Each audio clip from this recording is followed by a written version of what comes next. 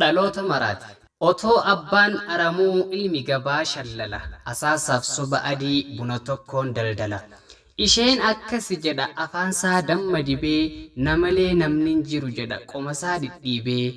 Jaarsaaf iddoon kennu ciqileen dhiibee taa'a akka yaada mataasaatti maaltu hammasaa ga'a. Isheenis nagaan qabdu harmee ishii dalgalaalti. Xiqqumaaf dhiisti malee kabaluufuu kajeelti.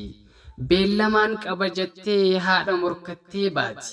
Hulaatti simatamtee dardaraa wajjin yaati. Silaa safuun hin jiru haaddattee deemti nyaara. Yoo alagaa ta'e malee arguun dandeessu fira. Barnootaan deema jettee baargamoo jala teessi. Akkas hin qabixiin dhiibnaan qoricha afaan of keessi. Bilbila bittan malee an hin jiraadhu jetti. Akka waan of fannistuu funyoo baattee qajeelti. Keessaayyuu kan baranaa raajiitu nama qabaa.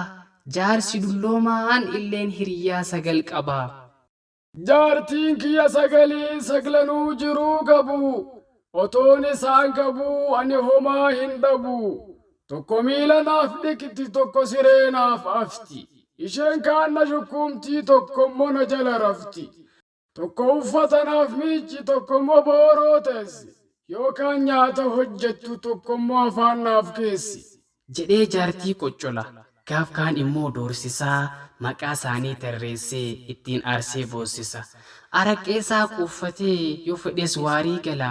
Safuu nama si'anaaf meekamtu ta'aaf fala.